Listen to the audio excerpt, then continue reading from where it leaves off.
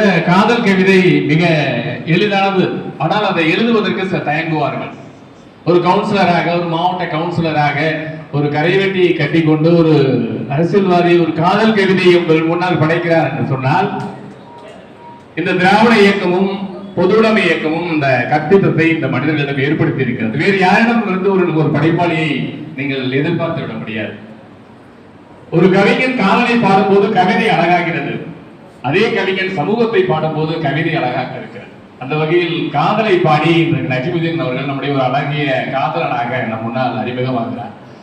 மற்ற கவிதைகளை விட காதல் கவிதை எப்படி எழுதினாலும் ருசிச்சிடும். ஒரு கல்யாண வீட்டுல போனோம்னா ஒரு ஓரத்துல சைவம் நடந்துகிட்டு இருக்கும், பெரும்பாலும் அசைவம் சாப்பிட்டுக்கிட்டு இருப்போம். இந்த அசைவம் தான் காதல். எப்படி போட்டாலும் மணத்துறோம், ஏதோ ஒரு வகையில நல்லா இருக்கும், நல்லாலேயே சாப்பிட்டு போயிடுவோம். ஆனா எவ்வளவு மெனக்கெட்டு சமைச்சாலும் சைவம் எடுத்து கொடுத்துறாரு. அது போலதான் அந்த காதல் கவிதைகள்ல ஒரு அனைத்து கவிதைகள்லயுமே காதல் ரசம் சொட்ட சொட்டன்னு சொல்லுவாங்க. இவர் காதல் தேன் சொட்ட சொட்ட எழுதி இருக்கிறாரு. அந்த ஒரு சில கவிதைகளை மட்டும் நான் உங்கள் முன்னால் வைத்துக் கொள்வதில் பெருமை அடைகிறேன்.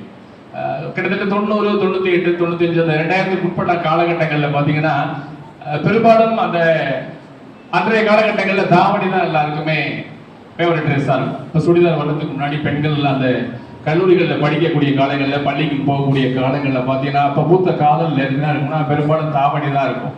இன்னைக்கு தாவணி யாரும் போடுறதில்லை. அன்னைக்கு பார்த்தீங்கன்னா பெண்கள் அந்த புத்தகத்தை பின்னாடி வச்சுட்டு ஒரு டிஃபன் பாக்ஸ் மேலே இருக்கும். அந்த சீருடையோடு போகிற பொழுது அந்த போக்கு எதே புரியாத ஒரு காதல் எல்லோரும் மனசுகளையும் தோன்றி இருக்கும். அந்த பெண் இயல்பா சைக்கிள் மிதிவண்டியை மிதிப்பா. ஆனா மிதிச்சுட்டு போறப்ப கவிஞர் என்ன பாக்குறாரு அப்படின்னா, சைக்கிள் பெடலை நீ மிதித்து சென்றாய், நகர்ந்தது என்னவோ நம் காதல் தான். ஒரு பெண் சைக்கிளை மிதிக்கிறா, அந்த மிதிக்கிறப்ப அந்த சைக்கிள் பெடல்ல நகர்ந்துட்டு போனது இந்த காதலா கவிஞர் பார்த்ததாக சொல்றேன். இப்ப அதே மாதிரி முத்தம், கண்டிப்பாக முத்தத்தை தொடாத மனிதர்கள் கண்டிப்பாக இருக்க முடியாது. அப்படி இல்லை என்றால் அவர்களுக்கு உதடுகள் இல்லை என்று சொல்வேன் நான். எல்லா மனிதர்களுக்கு காமத்தினுடைய தமிழ்தாய் வார்த்தை முத்தம் தான். ஆனா தேசிய கீதத்துல பாடப்படுறதே கிடையாது. காதல் கவிஞர் என்ன சொல்றாருன்னா, ஒரே ஒரு முத்தம் கொடு, சின்ன முதலீடு தான். நம்ம விளம்பரங்கள்லாம் பாக்குறோம் இல்லையா, குறைந்த முதலீட்டில் அதிக லாபம் அப்படிங்கிற மாதிரி கவிஞர் சொல்றாரு. ஒரே ஒரு சின்ன மட்டும் முத்தம் கொடு, பெரிய முதலீடு உனக்கு தர்றேன், என்னையே நான் உனக்கு தந்துறேன் அப்படிங்கிறார். சிறு முதலீடாய் சின்ன முத்தம் கொடு, பெரிய லாபமா என்னையே தந்து விடுங்க. காதல்ங்கிறது ஒரு பைத்தியக்காரத்தனம் தான் அண்ணன் சொல்லுவார், மணிசேபுத்திரன் சொல்லுவார். காதல்ங்கிறது வேறொன்றும் இல்லை, ஒவ்வொருத்தருக்கும் ஒவ்வொரு மேல பைத்தியம், எனக்கு ஒவ்வொரு மேல பைத்தியம் தான், அவ்வளவுதான் சொல்லுவார். இந்த காதல் பைத்தியம் இருக்கிற வரைக்கும் தான் நம்ம வாழ்றோம். இந்த பைத்தியம் தெரிஞ்சவே கூடாது.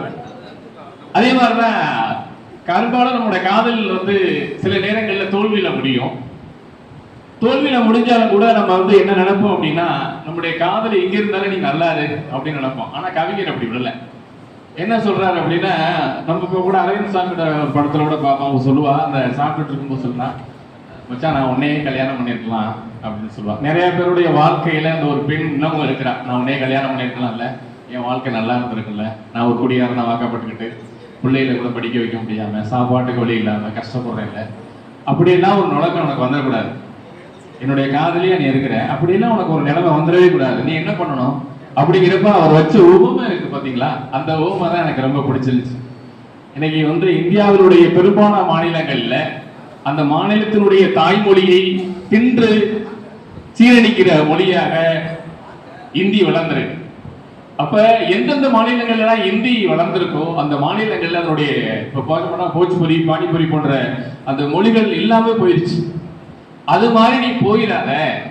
கண்டிப்பா நீ என்ன கல்யாணம் பண்ணிக்கிட்டு எத்தனை ஆண்டு காலம் ஆனாலும் இந்த 2000 ஆண்டுகளுக்கு மேலாக அந்த மண்ணில் செழித்து விளக்குற ஒரு தமிழ் வழி போல நீ வாழணும் அப்படிங்கிற ஒரு உவமை வச்சிருக்காரு. கண்டிப்பாக அந்த இடத்துல நான் ஒரு வித்தியாசமான ஒரு காதலை நான் அவரை பார்க்கிறேன். என்னை உதவி தள்ளி இந்தியிடம் மாட்டிக்கொண்ட மாநிலங்கள் போல் அழிந்து விடாத. என்னை ஏற்றுக்கொண்டு எத்தனை திணிப்பு வந்தாலும் எதையும் எதிர்கொண்டு 1000 ஆண்டுமானாலும் அழகை சுமந்து செல்லும் தமிழ் இலக்கியம் போல் நீ நீடூழி வாழ்க அப்படிங்கிற ஒரு அருமையான கவிதை. இறுதியில் நான் ஒரு கவிதையை சொல்லிட்டு முடிக்கிற நேரம் இல்லை. நிறைய பேருக்கு நம்ம வாழ்க்கையில நம்மளுக்கு கிடைக்கிற விஷயங்களை பத்தி நம்ம நிறைய சந்தோஷப்படுவோம். இப்ப நம்ம பையன் நல்லா மார்க் எடுத்திருக்கானாலும் பார்ப்போம், நம்ம பையன் நல்லா மார்க் எடுக்கலையா அப்படின்னு பார்த்தா நம்மள பையன் மாதிரியே யாரும் மார்க் எடுக்காம இருப்பானா பக்கத்து வீட்டுக்காரன் அப்படின்னு நம்ம யோசிப்போம். பக்கத்து வீட்டுக்காரன் பையன் ஒரு நல்ல மார்க் எடுத்தா கூட நம்ம மனசுல குத்தம். இப்ப என்ன நினைப்போம் அப்படின்னா, சில பேருக்கு நமக்கு கிடைக்கலாம் கூட, நமக்கு கிடைக்கலைங்கிறத விட அடுத்தவனுக்கு கிடைக்கலைங்கிற ஒரு சந்தோஷம் மனசுக்குள்ள உள்ளே இருக்கும். அது ஒரு எப்போதுமே அது மனசுக்குள்ள இருக்கும்.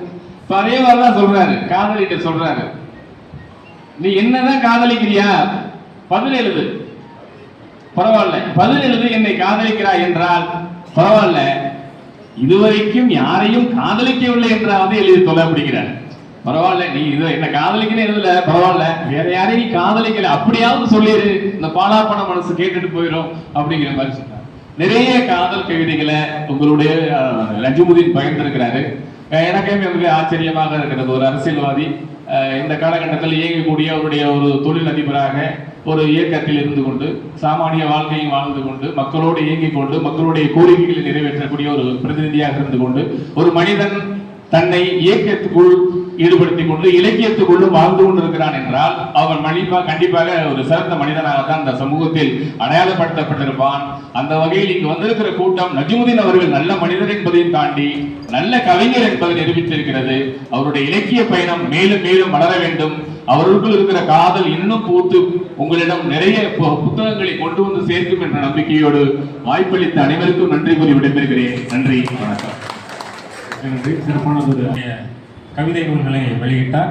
அப்படி அவருடைய தொடக்கப்பள்ளி ஆசிரியர், ஓய்வு பெற்ற ஆசிரியர் மரியா